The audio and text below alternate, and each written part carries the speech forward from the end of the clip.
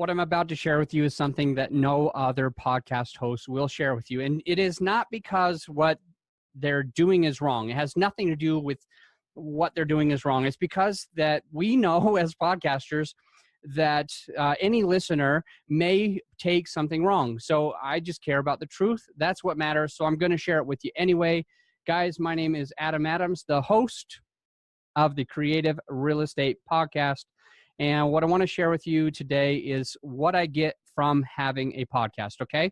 So my purpose is to inspire you to put yourself out there, whether you're starting your own meetup group or having your own podcast. But basically what I'm asking you to do is to be a leader in whatever you're doing. I don't care if you're in real estate, buying apartments like I do. Most of you know I own well over 100 doors right now today, and that's after selling one of my apartment buildings, right? So I want to share this with you because I want you to get value. And what that is, that nobody else is telling you, is what value they get from having a podcast. Because if they tell you what value they're getting from having their podcast, it's going to sound and seem to you like the only reason they do it is for these benefits. What are some of the benefits? One, the big one is credibility, okay? Credibility is going to help you find money for your deals.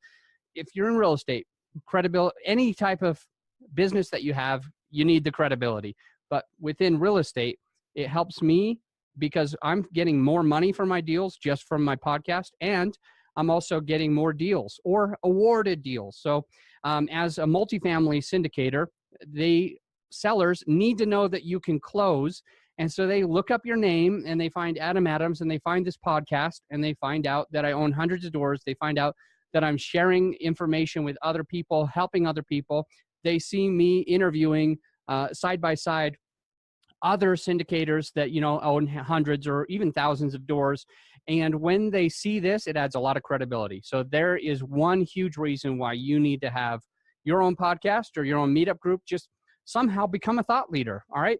So I get a lot more investor money flocking to me and my deals. And it's lucky that right now I have more money than I have deals. Okay. So we are looking for another deal. We have 3 buildings under contract, and already I'm getting almost hate mail. It seems like hate mail. You wouldn't believe it.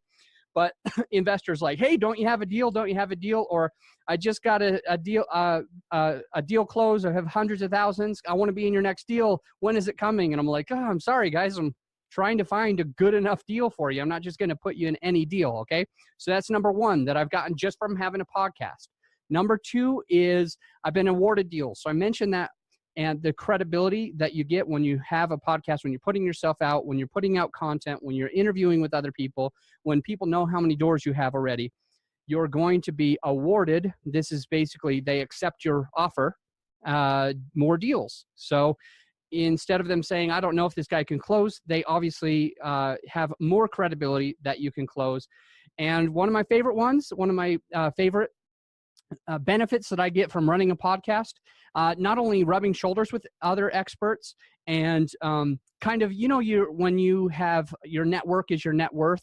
Well, my network turned out to be, because I'm communicating with high level people every day, my network is higher level people. So inevitably, I'm becoming more high level just by association because I'm learning and growing and asking questions and bouncing ideas off of each other.